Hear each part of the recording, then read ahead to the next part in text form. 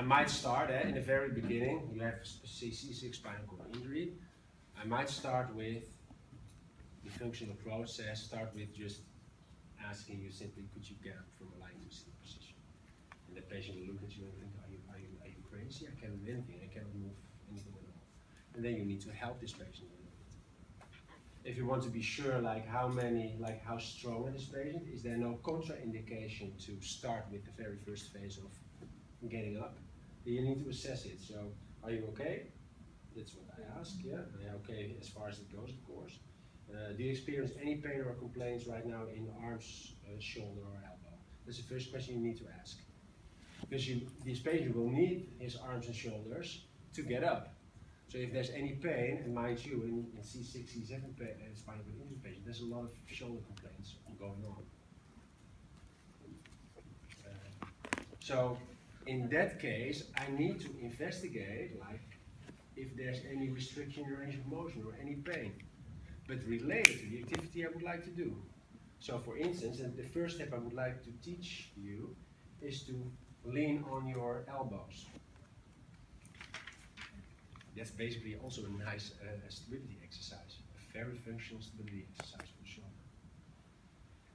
So what do I need in terms of range of motion to put this patient on an elbow position? So extension of the shoulder.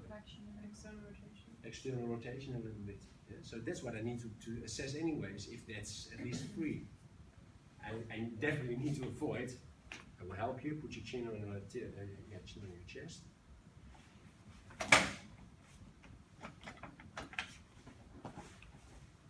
Here you go. And lean. I need to avoid that this really hurts because there's a restriction in range of motion here. So I need to assess anyway. So you see what I'm doing? Like normally in the very end, a patient should be able to do this herself. Yeah, but in the beginning, I will help this patient to see if it's possible. So there we go again. And what I do is I put my hands here, and then make sure. Do you have to do this, or? No, just leave them there and make sure that you make this movement backwards. 1, 2, 3. And then I put my knee here. You feel my knee, so you can let it go a little bit.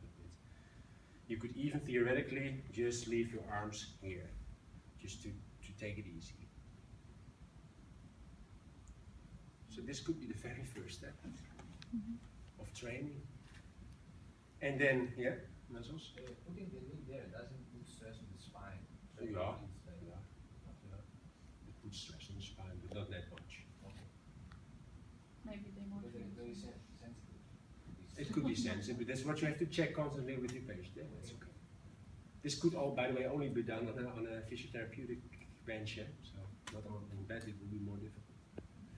So then you're sitting in this position, and then the next step will be, are you able to put weight on your elbows? So leave them here, and I will slowly remove my knee and make sure that you put your elbow into the toe. So keep yourself in an upright position. And back again. Can you leave this for a moment? So this is a stability. This is actually a stability exercise for both shoulders. How could I make this more difficult? One shoulder. Yeah, one shoulder. So or move body weight from one to another shoulder. That's what you need to do anyways, because the next step will be that this patient puts her arm in this position. In this position, if it comes to a C6 spinal cord injury, and otherwise just by using the triceps here. So she needs now to have, in order to move her arm to that position, to put maximum body weight on her right shoulder. Now you already feel that that puts more, requires more stability in this movement. Go down again. You can sit for a moment. So what you need to do